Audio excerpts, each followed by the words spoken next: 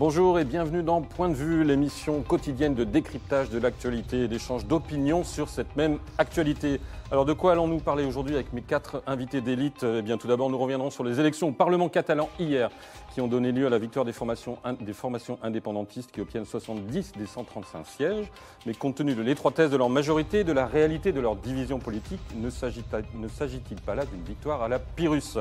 Nous évoquerons ensuite le voyage d'Emmanuel Macron au Niger pour Noël auprès des hommes de l'opération Barkhane pour nous demander si le président de la République fait un bon chef de guerre et plus généralement nous interroger sur ses rapports avec l'armée française qui sont parfois tumultueux.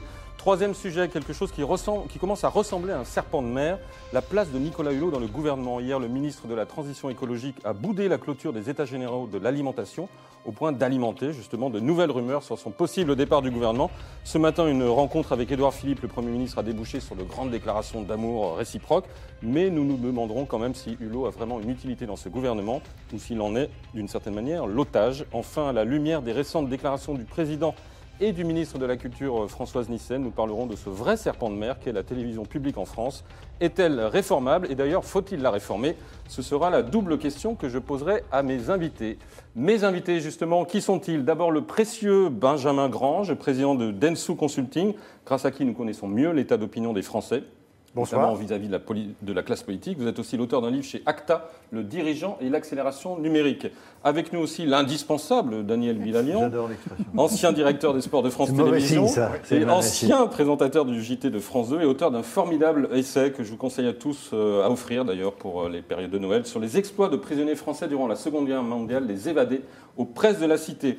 À côté de vous, l'indépassable Perico Légas, un des piliers de l'hebdomadaire Marianne, qui publie un numéro double pour cette période de Noël sur la grande histoire du panache français. Et votre dernier livre, Perico, s'intitule « À table citoyen pour échapper à la malbouffe et sauver les paysans français », tout un programme aux éditions du Cerf. Et enfin, l'incomparable Eugénie Bastier, journaliste aux pages Débat Opinion du Figaro, Figaro Vox, directrice de la revue Limite. Votre dernier livre, également publié aux éditions du Cerf, s'intitule « Adieu mademoiselle, la défaite des femmes ». Alors on commence donc avec ce vote hier au Parlement catalan qui a offert une courte majorité au bloc indépendantiste, mais c'est le parti anti-indépendantiste Ciudadanos, centre libéral, on peut dire, qui est arrivé en tête avec 25% des voix et 37 élus. Résultat, eh bien, hier soir et ce matin, chacun des deux camps revendiquait d'une certaine manière la victoire, se félicitait du résultat. La preuve en images avec Inés Arrimadas et Carlos Puigdemont. Y ha quedado más claro, si cabe, con un resultado como el nuestro, con un resultado como primera fuerza política en Cataluña, que la mayoría social en Cataluña está a favor de la unión con el resto de españoles y con la unión con el resto de europeos. Y los partidos nacionalistas nunca más podrán hablar en nombre de toda Cataluña, porque Cataluña somos todos. Y ha quedado muy claro. Què és el que no han entès encara? La recepta Rajoy no funciona. I per tant, des de demà mateix, el 155 ha de quedar anul·lat, els presos polítics han de tornar cap a casa seva, han de sortir en llibertat i nosaltres hem de tornar allà on els catalans ens han dit que ens volen, que és el Palau de la Generalitat. Alors avant d'entrer dans le détail de cette ténébreuse affaire, Benjamin Grange, est-ce que ces histoires de Catalogne intéressent les Français ? Alors, elles intéressent un peu modérément les Français. En tout cas, on sait très bien où est le gagnant et où est le perdant, puisque quand on regarde les réseaux sociaux, très clairement, le grand perdant, c'est Rajoy, qui, depuis le démarrage, a finalement mal géré l'ensemble de la situation. Et avec un point d'orgue qui a été cette crise, où il a envoyé l'armée, et on lui opposait finalement cette femme ensanglantée qui a déclenché de l'émotion. Et donc l'interrogation qu'on se fait quand on lit tout ça, c'est comment a-t-il fait pour si mal gérer et si sous-estimer finalement l'ennemi depuis le démarrage. Et donc c'est vraiment ça qui sort. Et je crois qu'il a minimisé la situation. En tout cas, c'est comme ça que l'ensemble des témoignages se manifestent sur les réseaux sociaux. Daniel Bilalian, vous avez aussi l'impression que c'est avant tout une défaite de Rajoy. Il faut le rappeler que le Parti conservateur, je crois qu'il est le dernier parti représenté au Parlement catalan maintenant, et a fait un tout petit score. Je pense que si le sujet n'était pas aussi grave, on pourrait parler d'une véritable comédie de boulevard. Là. C'est un vaudeville depuis hier avec l'amant qui se planque sous le lit pendant que le mari rentre et que l'autre ressort. Franchement, pour un Français, ça a quelque chose d'incompréhensible. En même temps, c'est vrai qu'à mon avis, le Premier ministre espagnol a fait une erreur très grave lors du premier référendum qui n'était pas officiel selon les autorités espagnoles. Pourquoi ne l'a-t-il pas laissé se dérouler en disant ça, le résultat ne vaut rien, on va en faire un vrai. Et je pense qu'un certain nombre de gens hier soir qui ont voté contre lui, c'est-à-dire contre l'Espagne, n'auraient pas voté de la même façon. Je suis toujours étonné quand des hommes politiques qui ont autour d'eux des conseillers puissent se lancer dans des affaires comme celle-ci. C'est vraiment quelque chose, c'est quelqu'un qui se met en colère d'un seul coup, qui dit il me casse les pieds, je vais le mater, etc. Je veux dire, c'est pas faire de la politique que de faire ça. Ou sinon, on s'appelle Donald Trump, mais ça, c'est encore un autre sujet. Perico Légas, vous avez l'impression que c'était mal géré, cette affaire, par Rajoy, avant tout? Quand on se dit le chef d'un gouvernement d'une grande démocratie qui est devenue l'Espagne, après avoir été une dictature pendant 40 ans, on n'envoie pas la force publique, alors c'était la police, mais c'est vrai que c'est la force armée, on n'envoie pas la force publique, on l'envoie contre de la sédition, je ne sais pas, des émeutes, voilà, pas contre des gens qui veulent s'exprimer en votant. Et comme l'a dit Daniel, ce référendum, il était plus symbolique qu'institutionnel, puisque la Constitution espagnole, et c'est tout le problème, ne reconnaît pas le droit aux communautés autonomes de s'autodéterminer. Donc il prenait acte qu'une partie des Catalans, qui n'étaient pas majoritaires, votaient pour l'indépendance, il leur a dit on va ouvrir un dialogue. Et il serait sorti très grandi. Envoyer la force publique contre des gens qui se rendent aux urnes, avec les images qu'on a eues de gens matraqués, d'une violence incarcérée des parlementaires et des gouvernants élus par un parlement, car les indépendantistes catalans, qui ne sont jamais que des démocrates chrétiens et des sociodémocrates... Oh, pas que. Non, mais il n'y a pas que ça, mais c'est le parti au pouvoir. Puigdemont, c'est Bayrou, c'est entre Bayrou et Wauquiez. Non, entre Bayrou et Macron. C'est un modéré, libéral, tout ce qu'il y a de plus gentil. Rappelons quand même... Je suis basque. Au Pays basque, il y a eu de la violence, il y a eu des morts, il y a eu une organisation de libération nationale qui est devenue terroriste, avec une violence terrible. Les Catalans, en 40 ans et pendant le franquisme, ils n'ont jamais cassé un carreau, ils n'ont jamais brisé une vitre. C'est des gens qui protestaient en dansant la sardane, en parlant leur langue.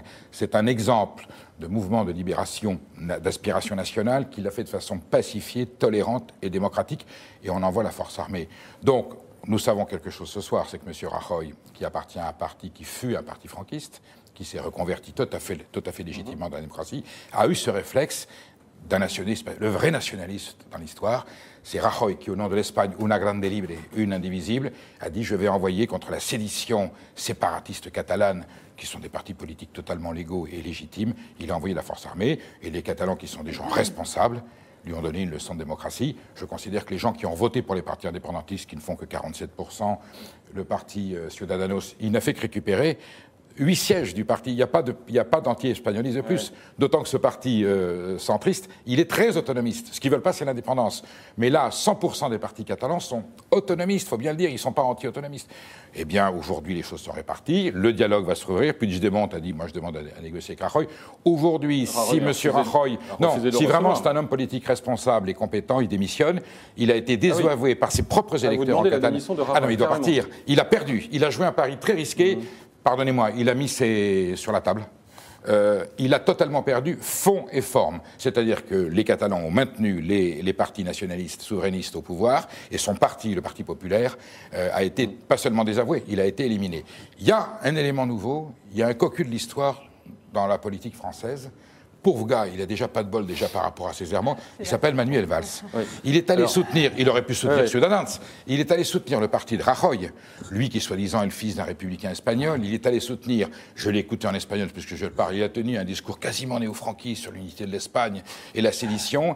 Et là, moi je pense que Valls, il faudrait qu'il arrête de faire de la politique. Il s'achète un camping-car avec Rajoy, ils vont faire une balade. Ils sont aussi nuls l'un que l'autre. Je pense qu'il n'en est pas encore là. Avant de donner la parole à Eugénie Bastier, je vous propose justement de regarder et d'écouter ce qu'a dit Manuel Valls après l'annonce des résultats hier soir. L'agenda indépendantiste lui-même s'est heurté à un mur. Les entreprises, 3000 qui sont parties, l'Union européenne qui a dit très clairement qu'il ne pouvait pas y avoir de voix indépendantiste pour la Catalogne, et du côté de l'État espagnol, par aussi le fait qu'on a appliqué de manière très ferme l'État de droit. Donc il n'y a pas vraiment de solution, il y a une forme d'impasse, et il faudra sortir de cette impasse, me semble-t-il, je le dis très modestement, et je ne suis pas un acteur de la vie politique espagnole, par le dialogue, par le respect, par l'écoute. Eugénie Bastier, ce discours de Manuel Valls vous semble... Non, mais j'aimerais mieux que Manuel Valls siégeait à l'Assemblée nationale où il a été élu, puisque le Conseil d'État lui a accordé son élection. Et on s'est aperçu d'ailleurs qu'il avait déposé 0 amendement et qu'il était très peu présent en séance. Donc, au lieu de faire la tournée d'Espagne, j'aimerais mieux qu'il soit présent à l'Assemblée nationale. Et je ne vois pas trop ce qu'il vient faire dans la politique. Non, mais cela dit, le constat qu'il s'agit d'une impasse. Vous êtes d'accord avec cette idée qu'on est dans une impasse quand même aujourd'hui Oui, alors après, moi je pense que... politique, je pense que d'une part, n'importe quel État-nation aurait réagi comme l'a fait Madrid, c'est-à-dire qu'on n'organise pas comme ça un référendum sauvage sans forme, sans respecter l'État de droit. Donc n'importe quel État-nation européen aurait réagi de la même manière. Simplement, et je pense d'autre part qu'il faut relativiser la victoire des indépendantistes, dans le sens où c'est la première fois depuis 1977 qu'un parti non indépendantiste parvient en tête des élections, le parti Ciudadanos. Donc il y a quand même un phénomène majeur. Et étant donné justement les images extrêmement de victimisation extrême qui sont passées en boucle à la télévision catalane, etc., on aurait pu s'attendre, à mon avis, à un sursaut des nationalistes encore plus grand. Or, ils ont retrouvé leur niveau de 2015 et il y a Ciudadanos en tête. Ça. Il y a 82% de participation par rapport. Donc on est dit en plus les indécis vont voter et Rajoy se compter sur les indécis. Mais Ciudadanos en tête quand même. Mais non, parce qu'il il a récupéré les voix des autres. La somme des partis non indépendantistes est exactement la même, sauf que ça s'est groupé sur une seule entité. Et donc, effectivement, en nombre de sièges, il est premier. Mais aujourd'hui, les indépendantistes... C'est la première fois depuis 1977. J'ai fait le décompte, je l'ai là dans la poche. Les indépendantistes... Attends, sur le micro. Les indépendantistes ont gagné... On ne va pas vous entendre si le micro est tombé. Justement, j'en profite. Il y a une question justement sur les réseaux sociaux. Le droitiste qui dit que c'est une victoire à l'arraché au niveau des indépendantistes qui ne parviendront pas à s'unir. Est-ce que c'est pas quand même pas ça la question? Très bien, les indépendantistes, admettons qu'ils aient gagné, mais comment vont s'unir un centre-droit, un centre-gauche et une extrême-gauche? Ça fait un mois qu'on nous explique que ce sont des séditieux, des séparatistes. Non, mais là, on parle de politique. Oui, justement. Il y a un mouvement d'extrême-gauche qui a un certain nombre de députés, je crois 8 députés. Comment il va s'entendre avec le centre-droit et le centre-gauche, fût-il également le parti le plus extrémiste, parce qu'il faut bien comprendre que cette coalition indépendantiste, c'est un exemple à suivre d'ailleurs, elle va à peu près de Wauquiez à Besancenot.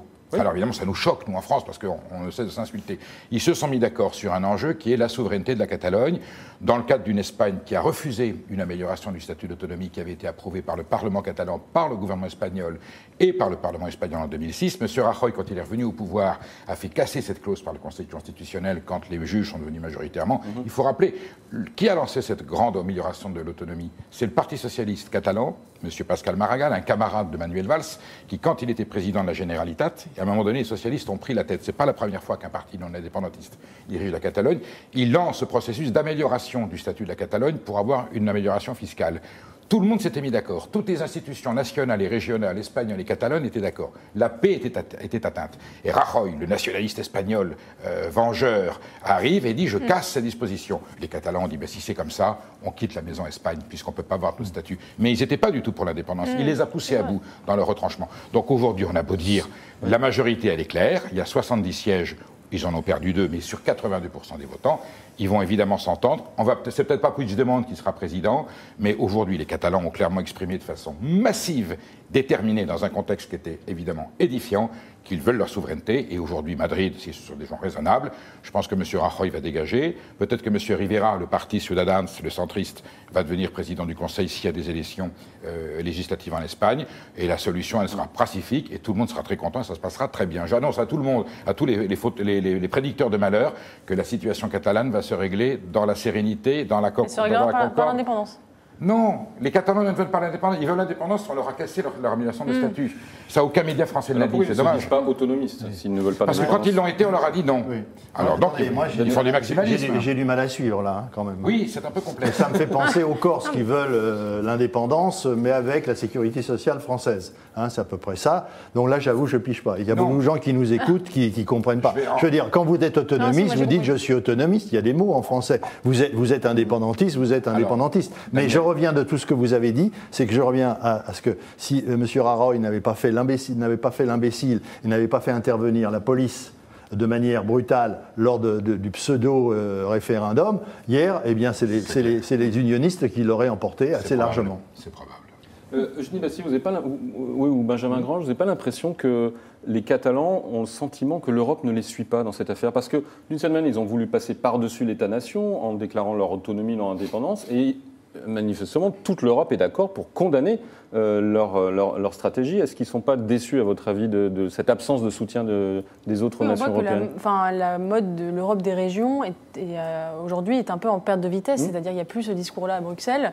Avant, on avait dit voilà, Bruxelles jouait la carte des régionalismes pour affaiblir les États-nations. Aujourd'hui, on voit que Bruxelles, dans un cadre très tendu avec des populismes qui sont en embuscade un peu partout dans tous les pays d'Europe, joue la carte des États-nations, et notamment avec évidemment l'élection d'Emmanuel Macron, président européen, etc., dit voilà, maintenant on va jouer la carte des États-nations et essayer de ne pas souffler sur les braises des indépendantistes et des régionalismes, parce que ce serait alimenter le populisme.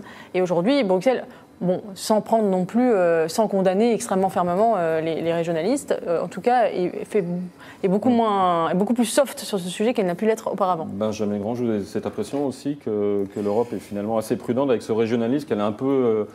oui, j'aurais pas tout à fait cet angle-là.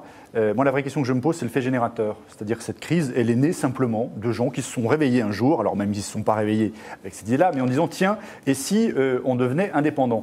Ce n'est pas suffisant que pour reconnaître de la part des autres populations le fait que c'est un vrai fait générateur et que c'est légitime. Donc la manière dont est né finalement l'ensemble de ces événements déjà porte en soi une forme de suspicion sur où est-ce que ça va. Voyez, et donc ce point-là, il y a un moment, il doit être tranché. Quel est le sens ? Les nationalistes, les souverainistes catalans, je les connais bien, ils sont profondément européens, ils veulent juste griller une étape, ils veulent être adhérents directs de l'Europe. Ils ne veulent pas passer par un gouvernement espagnol qui est un gouvernement corrompu, ils ne veulent pas passer par le prisme espagnol, ils sont là depuis des siècles, ils sont profondément européens. Barcelone est une grande métropole de l'idéal européen, elle est porteuse des valeurs culturelles et économiques, et il dit, après tout, on est à même, comme des dizaines d'autres États qui sont dans l'Europe, qui ont constitué des États-nations qu'on a reconnus. On a applaudi la Slovénie, la Slovaquie, tous ces pays-là, le Kosovo. Et les Catalans, qui ont plus de légitimité que ces États slaves à devenir, disent on voudrait devenir. D'ailleurs, il est allé à Bruxelles. Le gouvernement belge a soutenu M. Puigdemont, ils ne l'ont pas remis, et M. Juncker est coincé en entournure. Par contre, quand il s'agit de dire que l'Écosse, elle veut se séparer d'Angleterre parce qu'elle veut rester européenne, tout le monde trouve ça formidable. Et quand les Catalans disent on veut faire comme l'Écosse, on voudrait devenir directement européen. Ah non, vous êtes d'affreux séparatistes séditieux. Il faut accorder nos violons et avoir un discours un peu plus cohérent que ce qu'on entend sur les médias. Oui, ce qui est vrai, c'est qu'il y a un phénomène global et qu'on ne peut pas nier. D'ailleurs, on avait publié dans les pages débat du Figaro un article de Gilles-Martin Chauffier, qui a fait un auteur breton qui a écrit un petit essai qui s'appelle Du bonheur d'être breton, les régions contre les nations, en disant que finalement il y avait un phénomène global de régionalisation et que dans la mondialisation, pour survivre, il fallait jouer les régions et l'Europe contre les États-nations. Moi, je pense que je suis une apôtre de la subsidiarité. Je pense qu'on peut avoir plusieurs fidélités, l'Europe, l'État-nation et la région, et qu'il faut, pour un maximum de décentralisation, mais c'est pas incompatible. Quand l'Union européenne est prête à adopter le CETA, s'il n'y avait pas eu le Parlement wallon, encore un Parlement régional, des vrais démocrates qui ont dit est-ce qu'on peut juste lire le texte pour savoir ce qu'il y a dedans ? On se rend compte qu'il y a des clauses qui sont incompatibles avec les intérêts de l'Europe. Si l'Union européenne, d'une seule voix, tous nos chefs d'État et de gouvernement signent le CETA, c'est-à-dire une abolition et une renonciation aux droits européens, il est normal que l'Europe financière libérale soit remplacée par l'Europe des peuples. Et aujourd'hui, il y a des peuples qui disent nous ne voulons plus de cette Europe de la Commission et des systèmes financiers de 2008.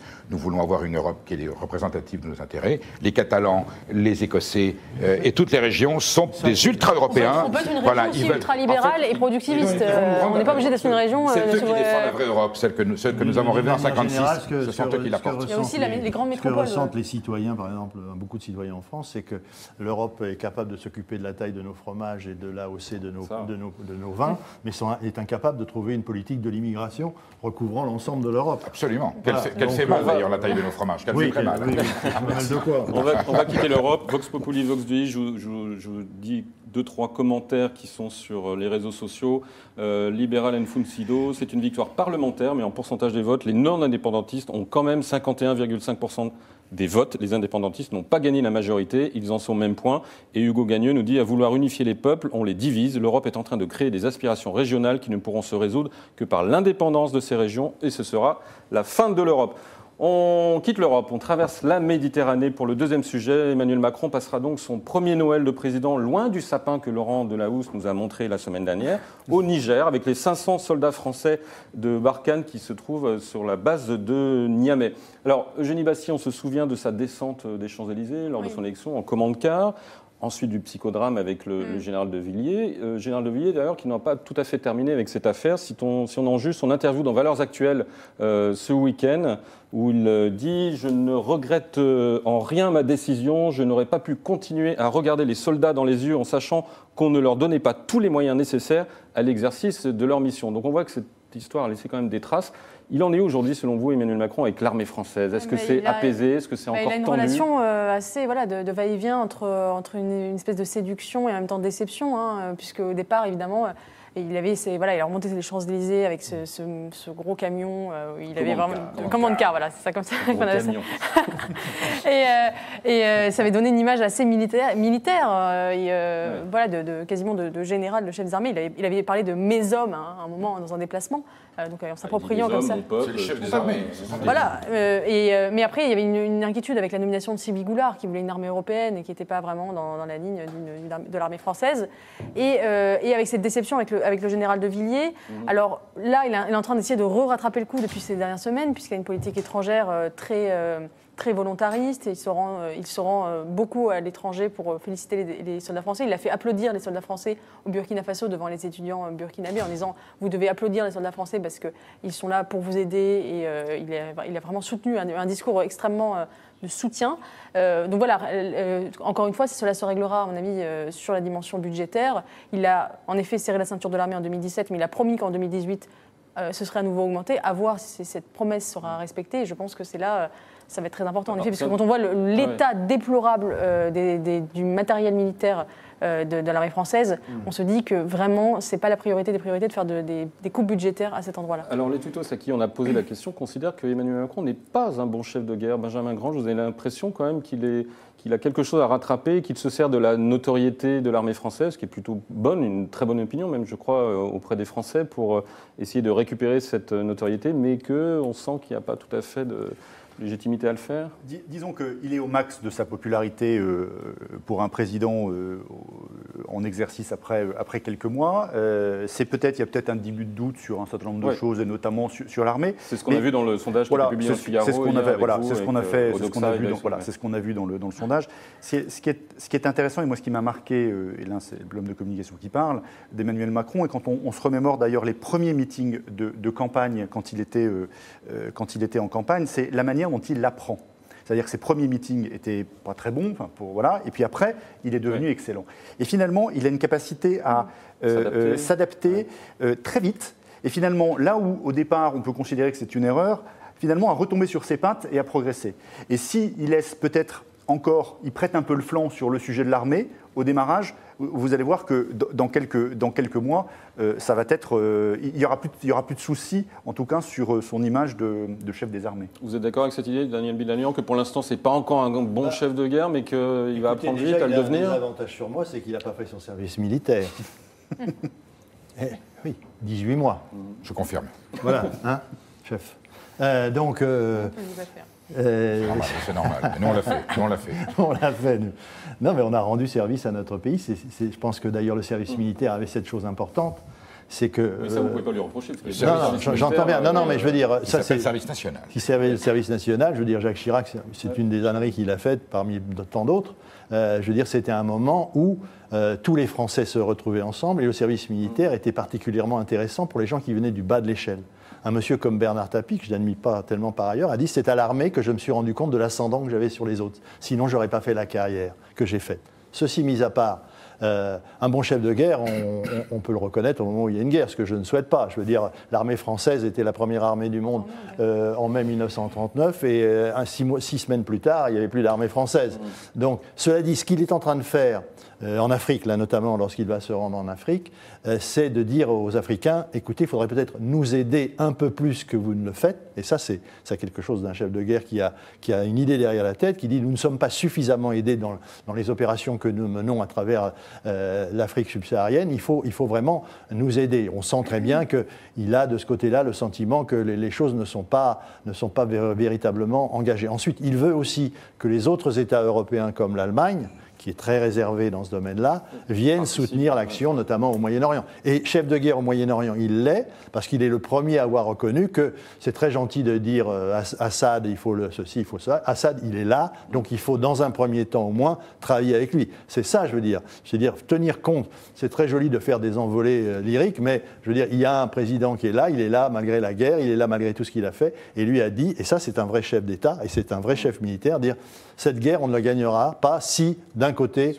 on essaye de le supprimer avant même que la paix ne soit revenue. Pierre Colligas, vous avez l'impression que c'est un peu de la communication quand même, tous ces voyages incessants auprès des armées, ou il y a quand même une réelle conviction derrière tout ça? Pour le coup, oui.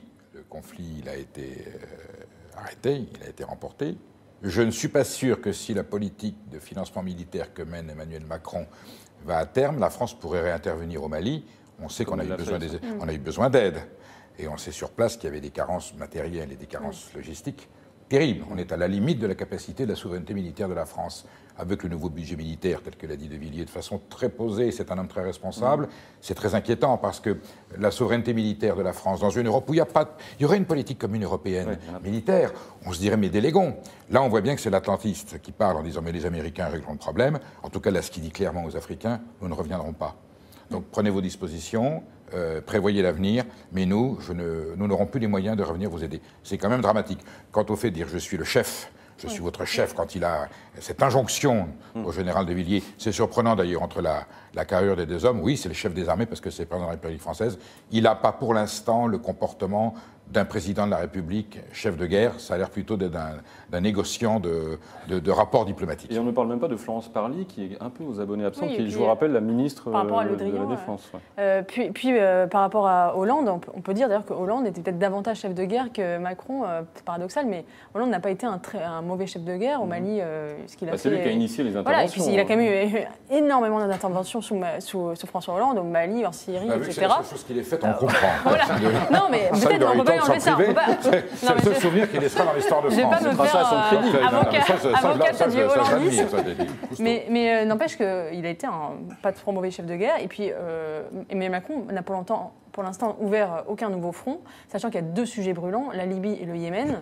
Qu'est-ce qu'il va faire dans ces deux endroits? Est-ce qu'il faut retourner en Libye? Certains experts disent que c'est inévitable si on veut rétablir un ordre dans cette région et stopper les flux migratoires. Et au Yémen, c'est une catastrophe humanitaire qui est en cours.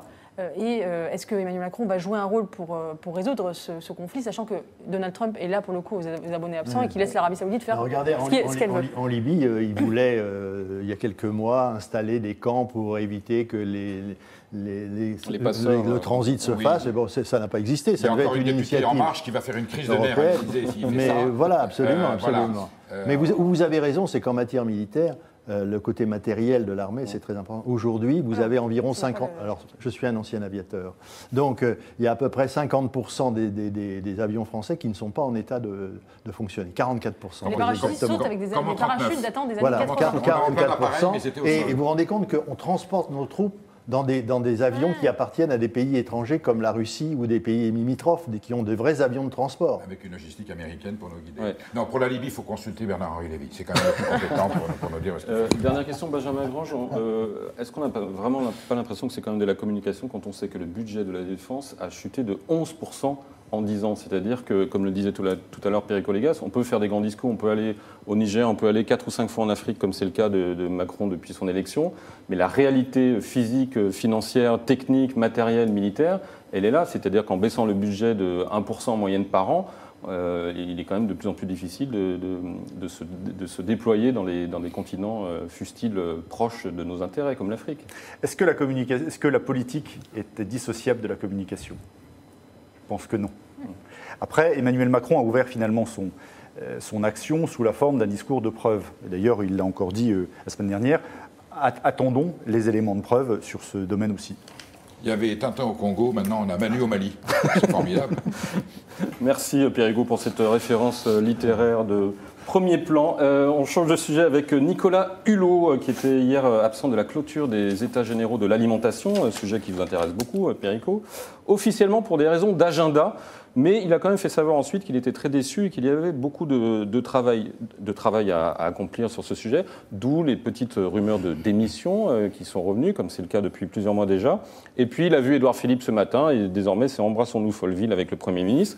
Il en a même profité, on va le voir et l'écouter tout de suite, pour dire que tout ça, ces rumeurs, c'était des menteries des médias. On l'écoute. Je ne voudrais pas être critique vis-à-vis du monde médiatique, mais il va plus vite que moi. Donc moi, je découvre que je suis en désaccord alors que je ne le suis pas. Est-ce qu'à un moment donné, vous avez pensé à démissionner suite Non, mais ça, je l'ai dit ce matin, c'est vraiment un fantasme médiatique qui me colle à la peau. Qui voudrait dire que dès que quelque chose ne va pas assez vite, je poserai ma démission. Enfin, ça serait insupportable et j'espère que si ça avait été le cas, on m'aurait remis à ma place depuis longtemps. Pas comme ça que je fonctionne. En réalité, on a un peu le sentiment que Hulot se demande quand même parfois ce qu'il fait dans ce gouvernement, vis-à-vis notamment du ministre de l'Agriculture, Stéphane Travert. On se souvient du débat sur les glyphosates, sur Notre-Dame-des-Landes, sur les pesticides tueurs d'abeilles. On a cette impression quand même qu'il n'est pas très à l'aise dans ce gouvernement. Moi surtout, c'est ici même quand il a été nommé que j'avais dit Emmanuel Macron veut un people avec lui. C'est un people, Nicolas Hulot. Alors, en plus, cette affaire qui intervient aujourd'hui vient à un moment où il est l'objet de discussions et de plaisanteries à propos de son matériel automobile, de ses nombreuses voitures et résidences. Mais ça, c'est un peu ridicule parce qu'on peut être riche et un bon gouvernant, ça n'a pas de sens. Je veux dire, il ne faut pas être pauvre pour gouverner, ça n'a pas de sens. Mais en même temps, je crois qu'il n'a pas compris le système politique. Je veux dire, faire de la politique, c'est accepter des choses, ne pas en accepter d'autres. Mais je pense que, en fait, pour faire court, le véritable moment où il devra, devant l'obstacle, refuser l'obstacle ou le franchir, c'est Notre-Dame-des-Landes.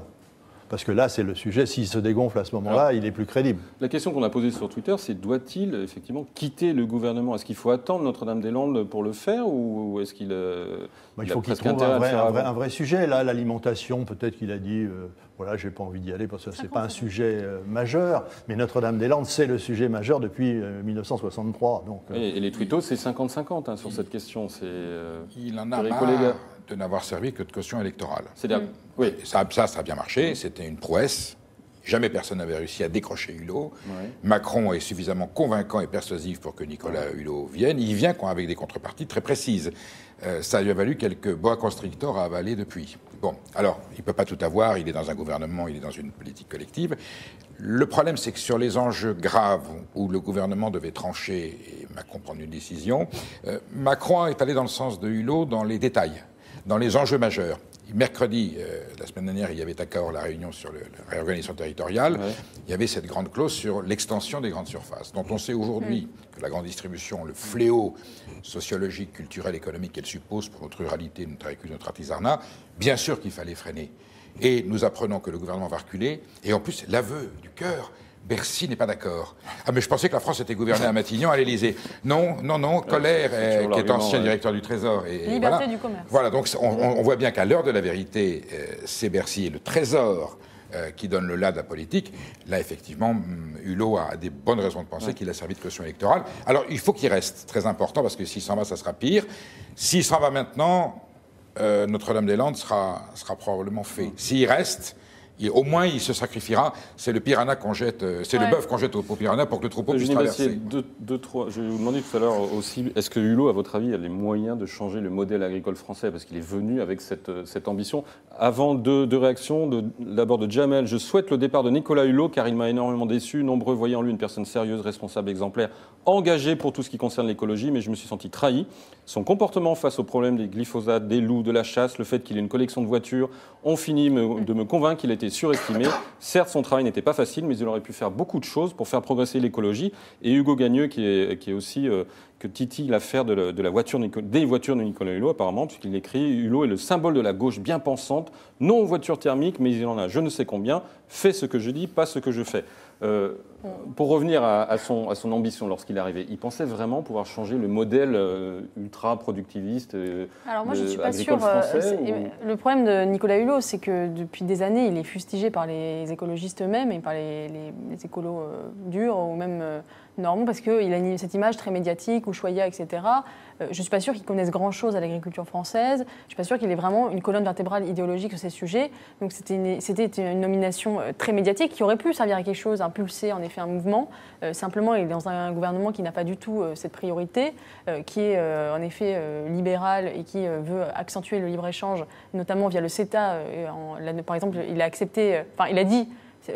pendant la ratification du CETA par le Parlement national, on pourra peut-être mettre en œuvre un veto climatique. Reste à voir sur ce sujet s'il va pouvoir le mettre en œuvre, j'en doute fortement. Mais c'est vrai que pour moi, la couleuvre la plus abominable qu'il a avalée, c'est celle du CETA, parce que c'est vraiment, pour le coup, une régression écologique. Le nucléaire aussi un petit peu. Et le nucléaire, en effet, mais il y avait je pense que dans le nucléaire, il y avait une incapacité pratique à le mettre en œuvre. Là, le CETA, il n'y avait vraiment aucun volontarisme du gouvernement. Benjamin Grange, vous avez le sentiment que Emmanuel Macron a choisi Nicolas Hulot pour des raisons peut-être aussi de notoriété, parce qu'il sait qu'il est très populaire, et je crois qu'il est toujours très populaire dans les sondages, Nicolas Hulot, malgré ces boas qu'il avale quasiment toutes les semaines. Si on prend l'ensemble du gouvernement, c'est d'abord dans ceux qui ont le plus de notoriété, et en plus il est très très populaire.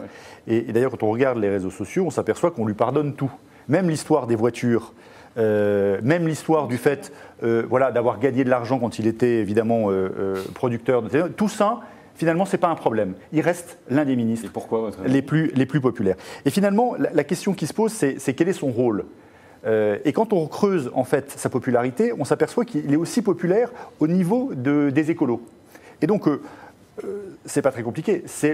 Il maintient les écolos, d'accord ? C'est un rempart à l'écologie pour un gouvernement qui est pas toujours très éco-friendly. Mais vous croyez qu'il peut rester toujours sur cette ligne ambiguë, pour pas dire plus, pendant encore plusieurs mois ? Il y a un moment, il va y avoir une forme de compromis à trouver, et donc forcément d'arbitrage entre Nicolas Hulot, qui a sa notoriété très forte et qui n'est pas prêt d'ailleurs de baisser.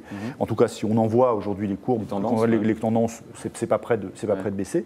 Et puis finalement, le fait qu'il y a des événements sur lesquels il va falloir qu'il se positionne, Notre-Dame-des-Landes en est un, plus l'accumulation de tout ce qui s'est passé avant. Donc il y a un moment, c'est lui qui va se retrouver dans une situation de porte-à-faux. Visiblement, c'est pas maintenant. C'est quand même un garde-fou. Et si Emmanuel Macron a voulu l'avoir avec lui, c'est un rempart. C'est un rempart. C'est sûr que s'il avait Barbara Pompili à sa place. Si Notre-Dame-des-Landes passe, il ne peut pas rester, honnêtement. Non, la question, c'est ça. Mais bon, là, visiblement, les indications qu'on a, c'est plutôt que Notre-Dame. Ou alors il fait du Dussopt. Non, alors qu'il est Notre-Dame-des-Landes, mais plutôt enterré. Soyons très prudents. Et tant qu'il sera là, ça sera dans ce sens. Le jour où il ne sera plus là, ça sera. Non, est-ce qu'il peut changer la question ? Est-ce qu'il peut changer le modèle agricole français ? Oui, c'est ça aussi.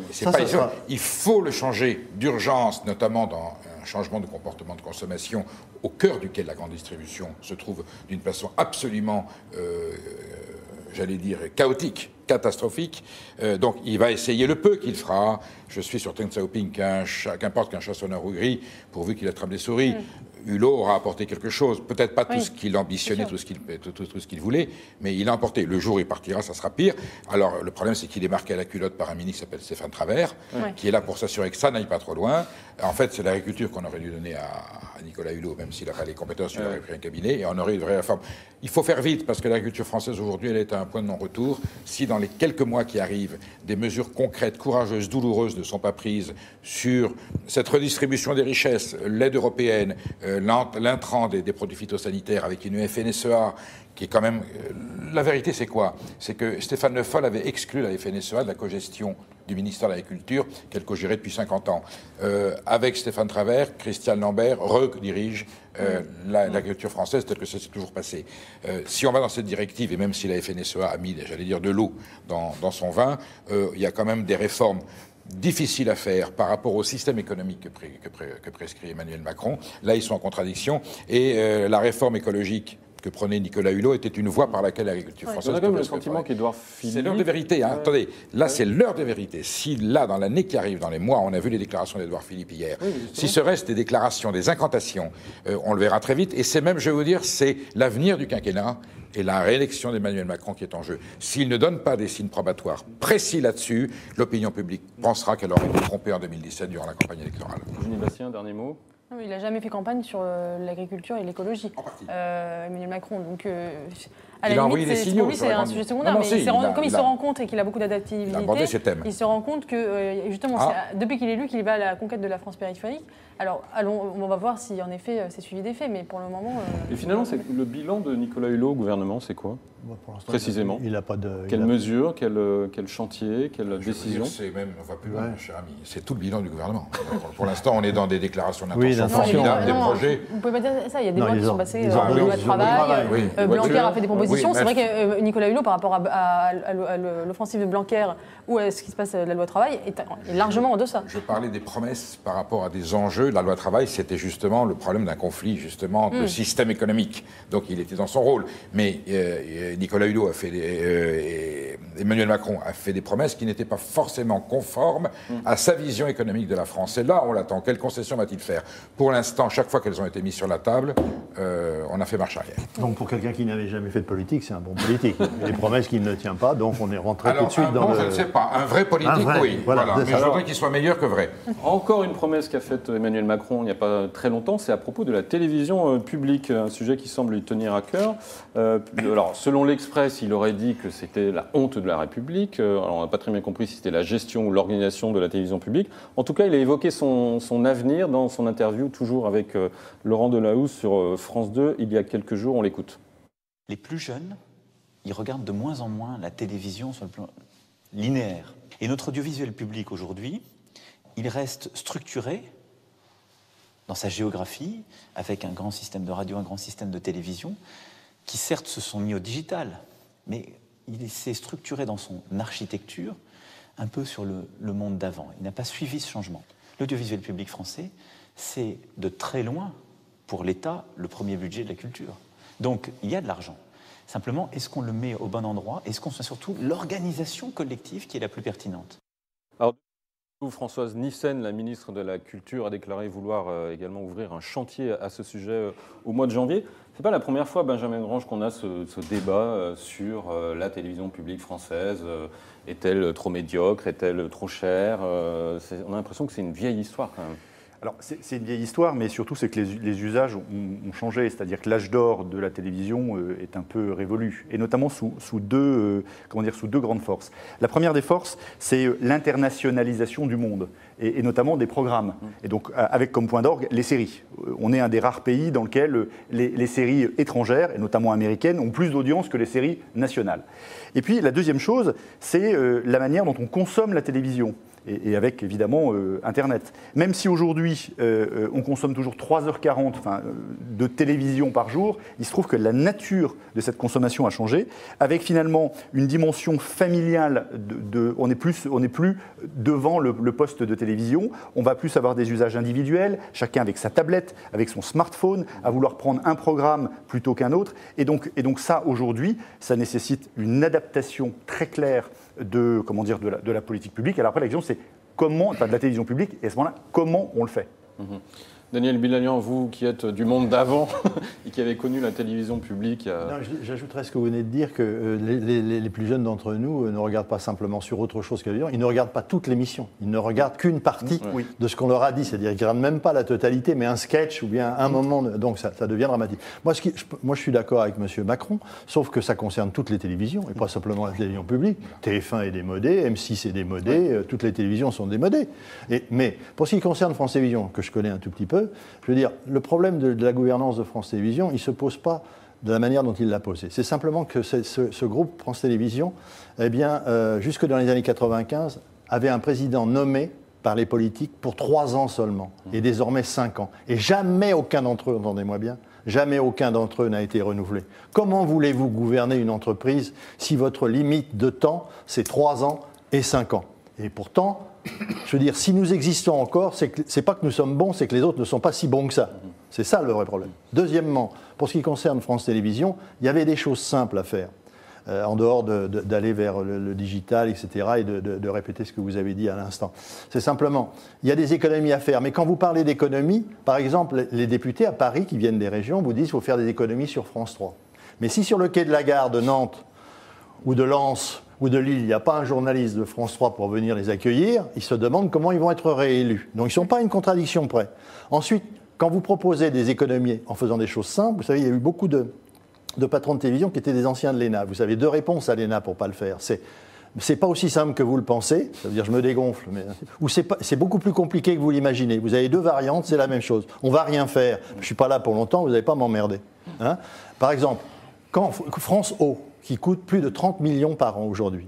France O, ce sont les députés ultramarins qui ont dit « Nous ne voulons pas du France O que nous avons fait avec vos programmes, nous voulions simplement que soient retransmis en France les bulletins d'information des territoires et départements d'outre-mer. Premier budget de France O, quand ça a été créé, 4 millions d'euros. » Voilà.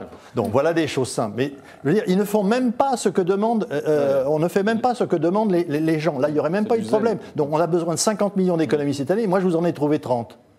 D'entrée. Perico, il manque 20 millions à trouver là. La phrase sur la honte de la République est outrancière, mais elle est fondée. Je respecte mes confrères et collègues de la télévision française. C'est comme ça que je l'appelle. C'est quand même un mammouth. D'abord, c'est vrai que tous les médias sont confrontés aux mêmes dérives, au même clivage. C'est quand même un mammouth dans lequel il y a des gabegies, mais abominables. Il faut le dire ce qui est. Et je sais qu'à l'intérieur de France 2, de France 3, du service public, il y a des gens qui partagent cet avis. France O, c'est un scandale. On ne va pas détailler ici, c'est un scandale. Donc, il a beau jeu de dire, mais je sais comment ça va se finir.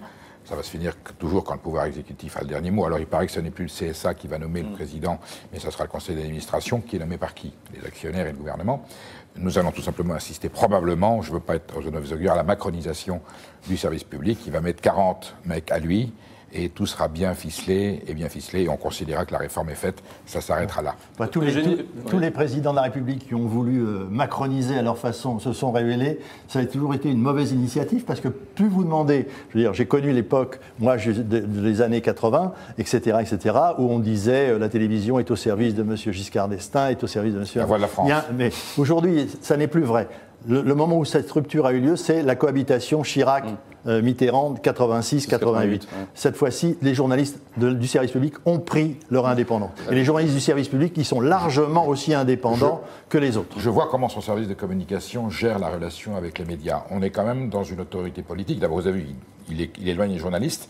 Et il y a quand même beaucoup de coups de téléphone aujourd'hui qui partent de l'Élysée vers les médias pour manifester du mécontentement ou de l'irritation. Donc il va y avoir une mainmise et une mise en ordre. Il a une irritation envers la presse et je pense que le service public sera un service public qui sera mis à pied et aux ordres. Eugénie Bessy, il y a un problème de gabegie dont a parlé Perico Légas, mais il y a aussi un problème de programme, tout simplement. Là, on est en droit, nous qui payons la redevance, d'exiger des programmes de meilleure qualité. C'est quand même aussi la musique qu'on entend et le reproche qu'on fait à la télévision publique. Je pense que le support, en fait, a peu d'importance. Si ça va sur Internet ou si ça va sur la télévision, finalement, ça a peu d'importance. Ce qui compte, c'est le contenu.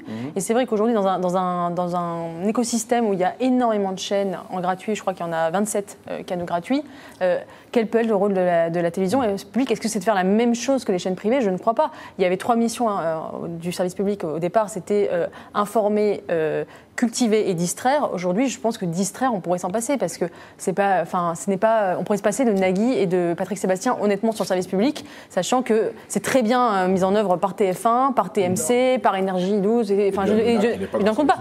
Donc, mais faisons un service public qui ait pour objectif d'informer d'une part et de cultiver, comme la BBC finalement, la BBC au Royaume-Uni. Mais ce qu'on va vous dire à ce moment-là, c'est d'abord, on a oublié de parler des choses, c'est le combat de Sarkozy dans les années 2007. Je veux dire, supprimer la publicité pour rendre service à Bouygues, je ne l'ai pas inventé, ça. Non. Parce que j'étais en réunion des directeurs, on était en train de parler du budget publicitaire de l'année à venir et quelqu'un est entré en disant il n'y a plus de publicité. 500 de moins. Donc on ne peut pas dire qu'on était vraiment informé. Ça, c'est un sale coup. C'est sur les finances d'un groupe comme... Parce que à ce moment-là, vous dites qu'il faudrait simplement faire des programmes différents. Mais à ce moment-là, que va reprocher le gouvernement? C'est vous ne faites pas suffisamment d'audience. Quand vous voyez qu'il pour faire de l'audience, pour faire Hanouna et s'envoyer des bolets de nouilles dans le caleçon pour faire rire les gens. Mais je crois que la BBC n'a pas de problème d'audience. Que le président a l'air d'apprécier, puisque... Et à un moment, il faut aussi dans l'adaptation systématique à la demande, essayer de proposer une offre.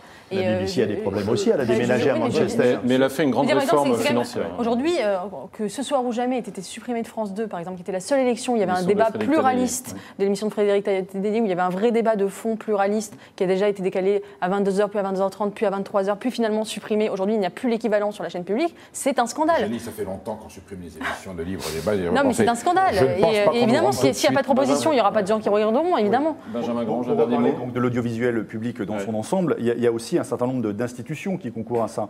Et moi, j'ai à titre d'illustration le CNC. Le CNC aujourd'hui manipule 260 millions d'euros et participe à travers la manière dont il investit dans les différentes œuvres à une forme de hiérarchisation culturelle. Parce que très vite, quand on parle d'audiovisuel, très vite on est en train de parler de la partie culturelle, qui est à la fois un accélérateur, mais aussi un frein au fait de faire quelque chose. Et donc le CNC, par exemple, ne participe à aucun financement de programme de flux. C'est un choix. Par contre, surpondère les documentaires. Est-ce que les programmes de flux répondent à ce qu'attendent le public? Et est-ce que les documentaires aujourd'hui répondent aussi à cette... Alors ça, c'est un point. Après, il y a le sujet de la manière dont on transforme les choses, de comment. Parce que si on est d'accord pour dire oui, il y a peut-être un moment, un petit point fixe à faire, et à se poser la question finalement sur le rôle de cet audiovisuel public, la question c'est comment. Et là, je pense que la vraie erreur qu'il ne faudrait pas commettre, c'est de commencer avec une idée préconçue. Et je pense que ça mérite, là pour le coup, parce que tous les prédécesseurs ont dit, voilà, je pense que c'est comme ça, ou il faut faire comme ça, ou alors on fait comme ça, puis finalement, derrière, on essaye de récupérer et d'avoir la main mise. Et finalement, pour une fois, je pense qu'on ne s'affranchira pas d'un vrai diagnostic de qu'est-ce qu'attend le public, qu'est-ce qu'attendent les journalistes, qu'est-ce qu'attendent finalement l'ensemble des professionnels de l'audiovisuel, qu'est-ce qu'on attend comme sens de l'audiovisuel public. Et fort de ça, je pense qu'on sera à même d'avoir un point de départ pour une transformation. Je ne pense pas qu'on nous rende tout de suite Pierre Desgroppes, Igor Barrère, Claude Santelline, Didier Glaser. Je pense qu'il est dommage. Dernier mot, Daniel Bilagnan. Simplement, heureusement que les Français pensent, je pense dans leur généralité, que la redevance sert à avoir la télévision, simplement. Si jamais ils s'apercevaient que c'est uniquement pour le service public... c'est comme la vignette, c'était fait pour les vieux, vous vous souvenez.